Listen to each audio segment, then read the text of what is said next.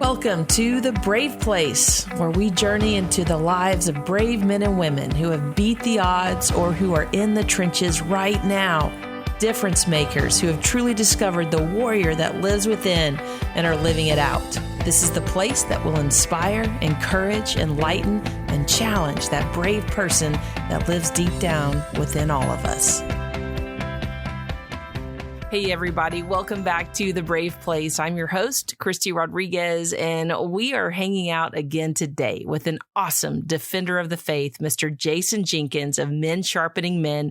This is part 2 of my interview with him. So if you missed part 1, go check it out. It's so good. We covered all kinds of topics from how God restored his marriage, how he came face to face with himself and fully surrendered to God. We talked about the entrapment of pornography and relationships and the importance of who we surround ourselves with. Lots of wisdom in that short 30 minutes of part 1. So go check it out if you haven't already. And so now here we are about to begin part 2. Buckle up because this is another jam-packed 30 minutes of solid wisdom. So let's go. Let's do this. Here's Jason Jenkins of Men Sharpening Men. What do you feel is the biggest role of a husband and a father? I hate starting the sentence off with but there are so many things going through my mind as far as I think of 3 things specifically. What is a husband supposed to do? And he's supposed to be a lover, a leader, and a provider. And a lover in the fact of Jesus said to love your wives like Christ loved the church. I mean, Paul did.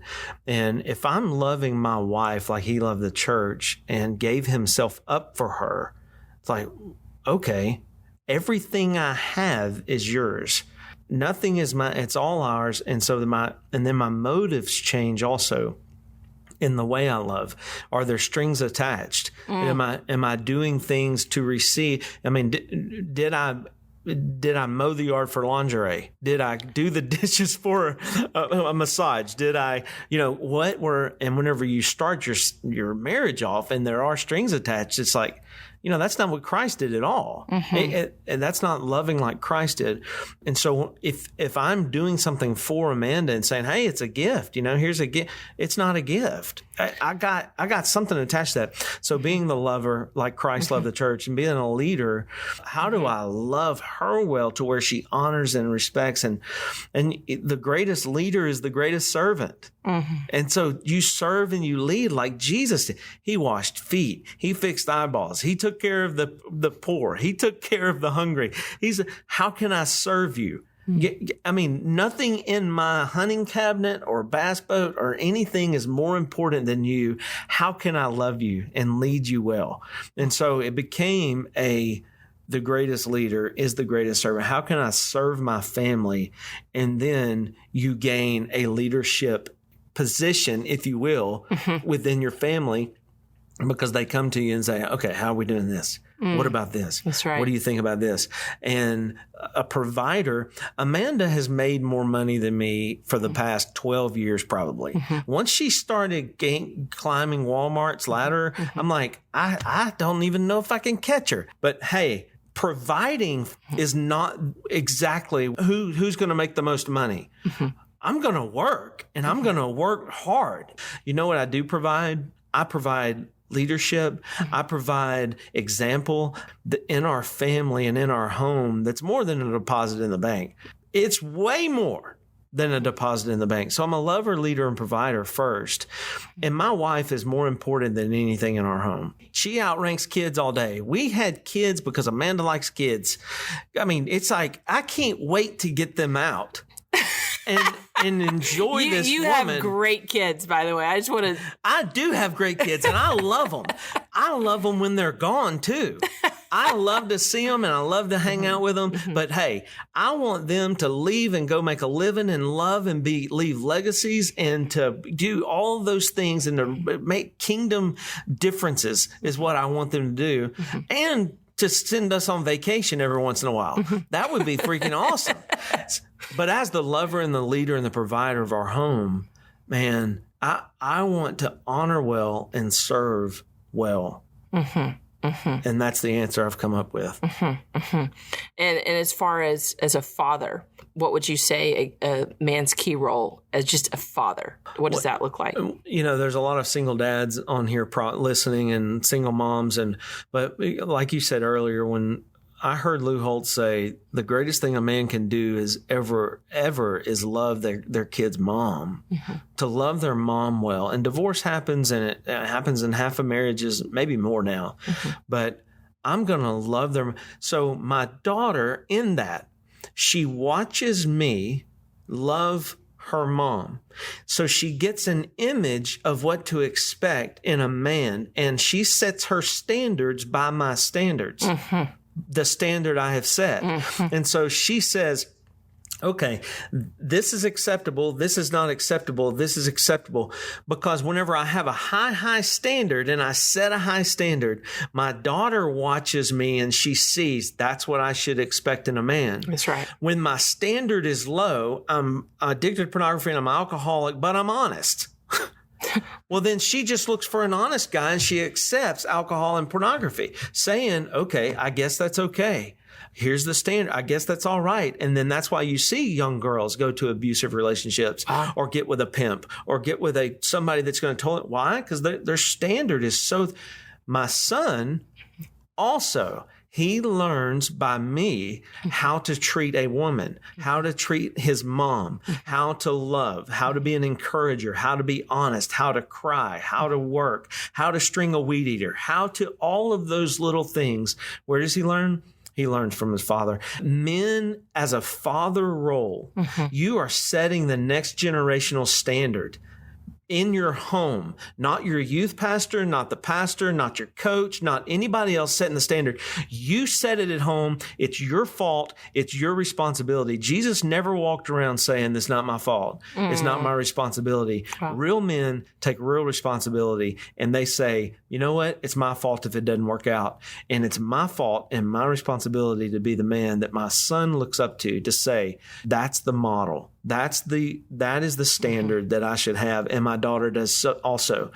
And my son, if I treat my wife bad in a way that's unhealthy, he'll learn that and say, I guess that's just how you treat women. Right. And so those are the standards I keep as a father. Man, that's so good. The influence of the man in the home. I heard a pastor say, if you win the man for Jesus, then you win the family. And there are statistics talking about if you have a single mom taking her son to church every Sunday, and then you have a single dad taking his son to church every Sunday, it's 80-something% more likely for the son to continue going and having a relationship with God. And it's like 15 or 20% for the woman, even though she's showing up every Sunday. Like the influence of the man is overwhelming. And one thing I read too that, and maybe I heard this in a conversation on a podcast, but you were talking about your daughter, Emma, and how you took her on a date to show her that standard. And tell me a little bit about that, because I just really appreciate that. So she was turning 13, and I called her mom to ask her if I could ask her daughter out on a date. And so I called Emma. I called her and said, tonight, would you like to go out on a date with me?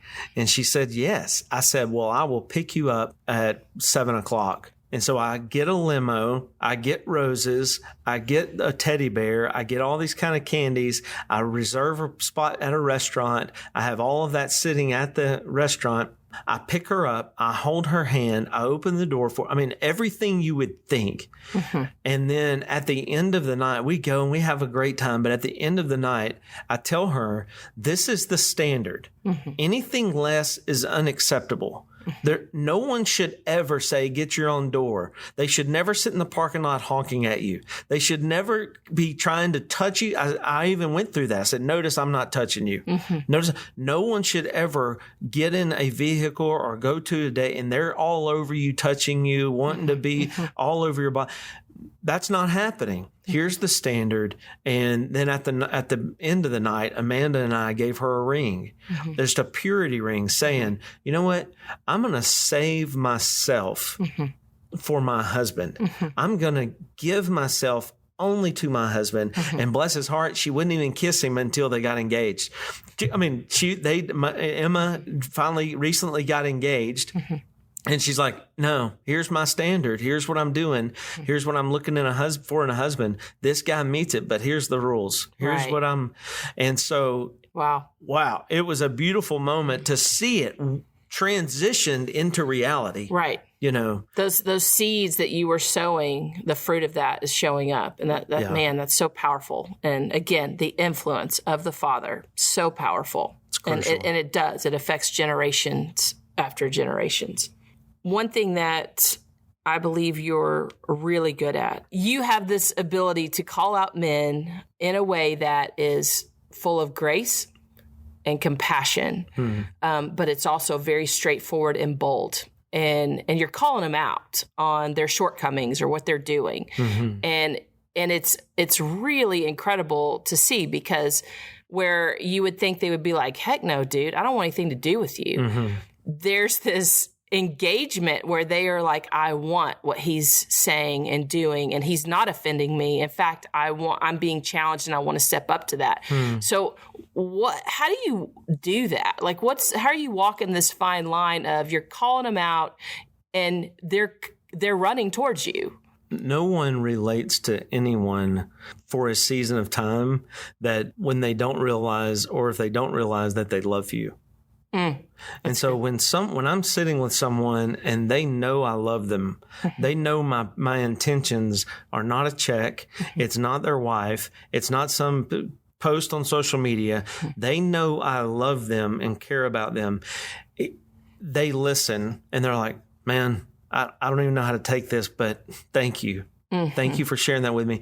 And it's Ephesians 2. It's referring back to, we were all by nature objects of wrath. So whenever the word uses words like all, that is not an IQ test. It's all. All means all. It's not, well, as some of us, we all were separated from God and needed a savior. I'm stupid just as you are. Different seasons. Let me tell you what I went through.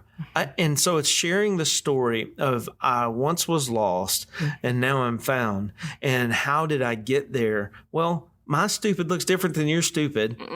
Yeah. And so people a lot of guys really relate. And I meet with all kind of different guys. I mean, I have some that are doctors and some that are digging ditches and some that do electrical work and some of it. I don't care. I mean, people at gas station. A guy came to do my home inspection the other day. I'm supposed to meet with him next Wednesday. And so it's like these guys come along that God puts in my life, and I just bring up conversation and they say, you know, we need to get together. Just because you're vulnerable, you're saying, well, then you can call them out. Say, man, that leads to death. I want you to know. Yeah. What you're doing, if you think that's healthy, fire along, and I'm not walking with you through it because you refuse to, whatever it may be. And so they come around and they realize that it's not me, it's Christ who lives in me. Yeah. And that's the way Jesus really approached. I mean, Jesus went to the woman at the well and says, you know, where's your husband? She says, I don't have one. He goes, you're right. You've had 5. Yeah. You've had 5. And the man you're living with right now, you shack up honey, he's not your husband. And so Jesus was never beating around the bush. He called it what it was, but she knew he loved him. She knew and loved her. She knew there was something different about him. And so as you walk with that, people will receive you well. No, I appreciate that. And one of the things you said there was that, again, we've talked about this, was that vulnerability. You're willing to be vulnerable and put yourself out there. And that breaks down walls in people. When they hear your vulnerable heart, you know, you can't help but say, hey, this guy isn't about appearing a certain way. He really is about my best interest. I mean, that vulnerability to me is just one of the biggest keys in relationships. And I think you really have that down. And I think that's what draws men to you and willing to listen to you. So I appreciate that. What would you say are the biggest obstacles today just facing men? Yeah. So identity in who you are and knowing who you are is huge. Why you're created, what you're here for, what your purpose is. And when I don't know that, I will search the earth to find out who I am. And so my flesh comes into play. I'll cut the shirt sleeves off of my shirt. I'll put loud mufflers on my truck. I'll hang deer on the wall. We have these images of what we think a man is. Is it the guy with the big beard and he drives the big jacked up truck? There's one image of a man. Okay. Is it the guy that drives the Prius and he shaves his face and he rolls his pants up and he's got on the half shoes, the little half shoe thing? Yeah. What is a man? Yeah, Then you have the gothic guy who's all black and black hair, bank account. How much am I making? What kind of life am I supposed to be living? And so when you get wrapped up in that, man, you're doomed because it's never ending. Right. There's no it's never enough. There's never enough. Even ask a coach. I did fundraising with high school athletics for 17 years. So I worked with a lot of coaches and a lot of kids. And I see a lot of divorces and a lot of broken homes from coaches. And what are they doing? They're showing up at 6 and they're leaving at 9 or 10 p.m. Right. But all day, it's just football season. Yeah. And your wife is leaving you. And it happens all the time. Well, what happened to men? We get this image of what I'm supposed to be and what it looks like through the world's view, and we chase it. And everything is at cost. Everything is at cost. Yeah. What I have heard is that men get their self-esteem in their work. And so it's about proving who you are as a man through your job. That's right. And unfortunately, that has taken a toll on men. I see them on the other side where they're very successful. They drive very expensive cars and have 2 or 3. Their home is gigantic, and they're meeting with me crying because their family's falling apart. And they're empty. I went to a place here locally in Bentonville, and people, mainly men, but they can buy a locker in this place of business. Okay. $1,500 a year. They will drop $1,500 cash. And it's a place that will hold your liquor, and they can just go and sit on couches and spend time together. $1,500. Yeah. And so why are they doing this? They need a getaway from the hell that America has painted that this is what it's supposed to be like. Okay, now I'm here at what it's supposed to be like, and I'm freaking miserable, and I got to go sit with Harold in a pool hall. I mean, it's just so broken. And wow. I don't mean to laugh, but it's not a funny ha-ha. It's golly, we miss it. Christ said, I'm the prototype. Here's what a man looks like. Here's how you love. Here's how you care for people. Here's how you share. Here's how you take care of the wounded. Here's what you live your life doing. Follow me. Follow me, and you'll learn what I do and what I am and who I am and how to do this manhood stuff. It's like, where do I get my joy? Where do I get my name? And so it's that moment when you fall in love with God, because people that fall in love with Christ never leave Christ. Well, let me ask you this, because there are going to be people listening. They're like, you know what? I see what you're saying, but how do you fall in love with God? Because to get to that mindset of fully surrendered to God, where you're living for God, which is what brings that heart change, where you're taking yourself out of it, they're probably going, I want to love God like that. I want to fall in love with God like that. I want to see myself the way God sees me and how he loves me. But how do you get to that? Because it truly is a heart shift. And so what are your thoughts on that? One of the greatest things that people can do is in mentoring and mentorship. When I go to church on Sundays, back whenever we used to go to church on Sundays. Before COVID, pre-COVID. That's right. My goal was I want to find someone that runs faster than me. And I want to run with someone that I'm chasing, because they are a model figure that, okay, this is how you do this. This is what this looks like. I'm never going to figure it out on my own. I can want to all I want for the rest of my life. But until I say, I've got to spend time with you. I've got to find somebody that has done this. They're a father. They're a husband. Show me how you did this. You know, the word discipleship, it's literally the dust of the rabbi. I mean, it's literally following back whenever those guys would follow a rabbi, they did it for life. Every day they were with him and they saw. So when I spend time with guys and they're like, man, okay, show me what you do, how you do this.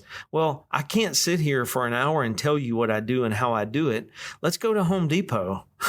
Let's go to a restaurant. You're going to Tulsa? Call me. Let's go together. Let's spend time together. You'll see how I treat waitresses. You'll see how I treat my wife. You'll see how I forgive. You'll see how whatever I'm doing in life, it's life together. It's life on life. So a man that says, I really want to, okay, if you really want to, then Jesus said, well, pick up your cross and follow me. Deny yourself. Say, I want this. Okay, well, if I really want this, this is what it takes. Drop everything and let's go get it. That's powerful. What would you say about as far as the caution of, I mean, some people may choose someone to follow, to hang out with, and it turns out that person is not the best person to follow. How do you discern who the right person is to follow? How do I discern? So as a leader, whenever I look for people that I want to spend time with, that I want to walk with, and they say, okay, could you help me out? I look for a fat guy, faithful, available, and teachable. Is he a faithful? I love that. Is he a faithful? Is he going to show up? Is he available? Hey, call. They're texting back. They're calling back. They're on the, and then they're teachable. They're like, man, I don't have all this figured out. Okay. That's how I meet with guys. But if I'm someone looking for someone that I want to spend time with, that I want to do life with, there's not a whole lot. You know what I'm saying? It doesn't take but a lunch sometimes to find out, I don't know if this is going to work. Just because we're part of the body of Christ doesn't mean that I have to hang out with everybody who's a part of the body of Christ. My elbow does not get along with the middle of my back. Same body, they don't get along. And so if I'm looking for someone, I'm going to find a track record. I'm going to meet with other people that say, hey, no, it's an interview process. If I'm really wanting to follow someone and spend time, these people are fixing to invest in me. Man, I'm taking the time to find that right guy. That's right. Well, and one thing, I've just found for me that's been so helpful is, I've got 2 or 3 girls in particular that, I have to say out loud to them, if I can be completely honest and say, look, I'm feeling this way. And I know it's not probably healthy. Can you just give me some truth over this? And they always go back to the word on it. Well, let's see what God says about it, Christy. And I'm like, praise God. Someone keeps directing me back to the word. And I know for me, that's just been such a huge, huge thing as far as my personal growth, is having people around me like that. Something I read on the website says, we are looking for men who desire to not settle for a less than life. These are real men walking with a real God in a real world, men who are not ashamed of the testimony of the Lord, men who are willing to lock shields with other men as they seek to fight the good fight and advance the kingdom of God while they still have breath. Men who are willing to lead and say, watch me, do what I do as I seek to follow, obey, and reproduce Christ to those around me, as well as impact the world for the cause of Christ. So that is, essentially the mission statement of Men Sharpening Men. And it's about building disciples and it's sharpening men. And I just love everything about it. And so if there's anybody that wants to be a part of that, what can they do? Give me a call, reach out on social media, private message. Also, their website, mensharpeningmen.com. We do kind of screen you to find out if you're fat, if you're faithful, available, and teachable. Yeah. And it's Paul saying in 2 Timothy 2:2, when he writes the book, he's like, hey, the things you've heard me say in the presence of many witnesses, entrust to reliable men who will go and teach also. So I'm looking for a reliable guy that we use a phrase that we don't want to carve into rotten wood. And so it's like, I don't want to take a guy who's not trying, he's not working, he's not trying to get this, he doesn't care, he's not showing up, I'm not going to chase you. Right. Jesus never chased anybody. It's like, hey, deny yourself, pick up your, come follow me. This is what we're doing. And I'll say this too. You've got this standard. To some men, that might sound a little intimidating. It's like, I don't know if I want to do that. But one thing I want to reiterate about this ministry is that it is about coming as you are. No one has it together.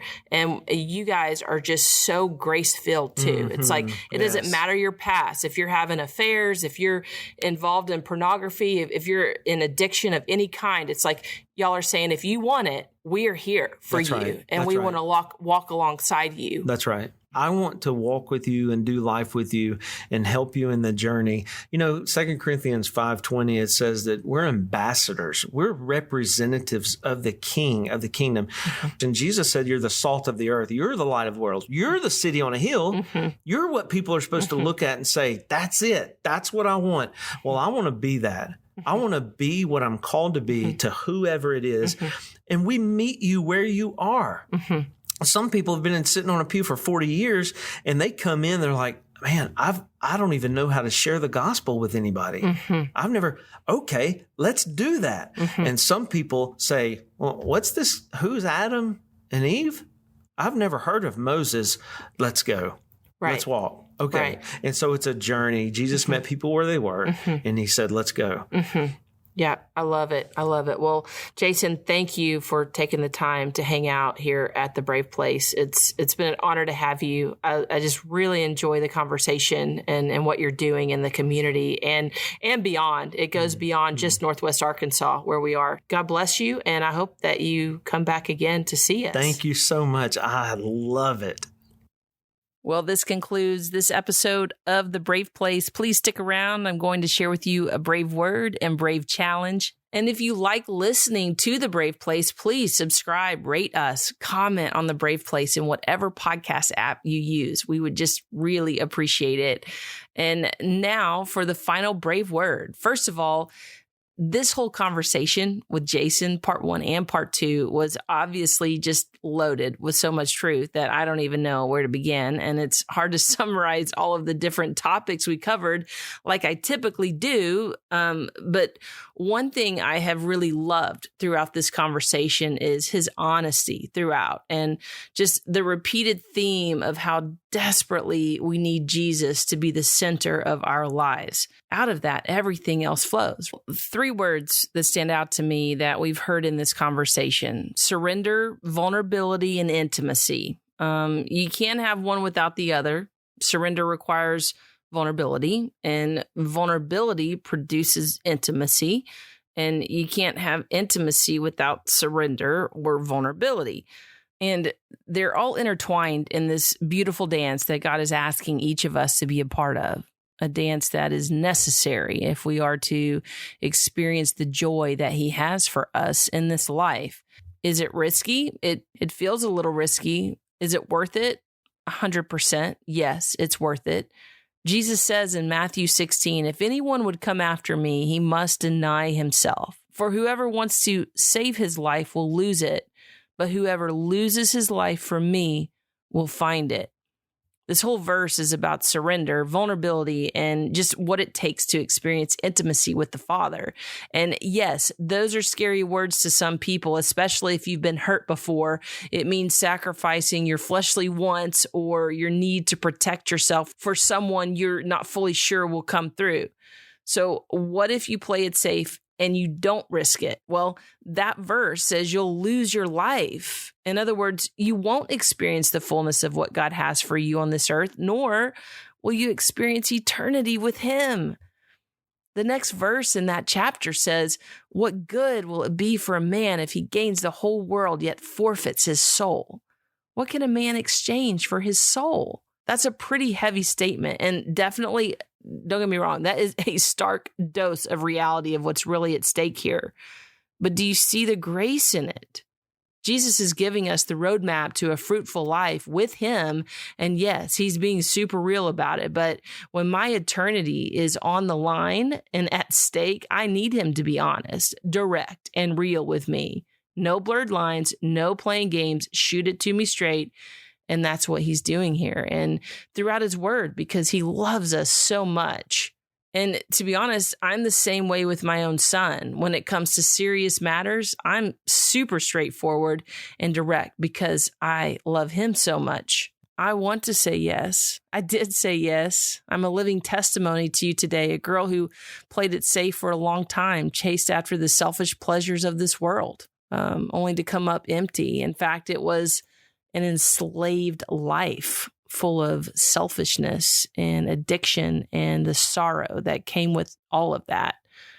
And finally, one day I said, no more. I'm surrendering to you, Jesus. My life is yours.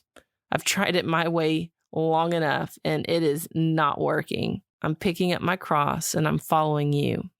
Today, my life isn't perfect by any means, but I can certainly tell you it's not dull and it's not ineffective. And I have a peace and assurance like never before. I am sober. I have friendships that are deep and rich and beautiful. You know, that song, He walks with me, He talks with me, and He tells me I am His own. I really experienced that here on earth now. I didn't know that was truly a possibility. I thought it was just a song that made you feel good. So my challenge for you today is this. I challenge you to get honest with yourself, surrender, be vulnerable, and begin an intimate relationship with our Father and His Son, Jesus Christ. Pick up your cross and follow Him. He loves you so much. And if you already know Jesus, then ask Him to search your heart and see if there's any offensive way within you and to lead you in the way everlasting. Let's live for Him. Newsflash, that is why we're here. Amen. Well, that's it for today's podcast. Thank you so much for your time and hanging with us. Next time, you don't want to miss it. We're going to be hanging with Susie Eller. She's an author, speaker. She's the co-host of More Than Small Talk podcast, which is also a part of the KLRC podcast network, which is what the Brave Place, what we are a part of. She's going to share with us just the key components of creating a joy-filled life from her latest book, Joy Keeper. If you need some joy in your life, this is the podcast for you. And I don't know anyone who wouldn't want more joy in their life. And you're going to love Susie. You probably already know who she is, but she's just a delight and she's a dear friend. And I think that's the first time I've used the word delight in a true sentence. But have a good rest of your week and I'll catch you next time. And until then, have a brave day. Thanks for listening to The Brave Place, part of the KLRC Podcast Network.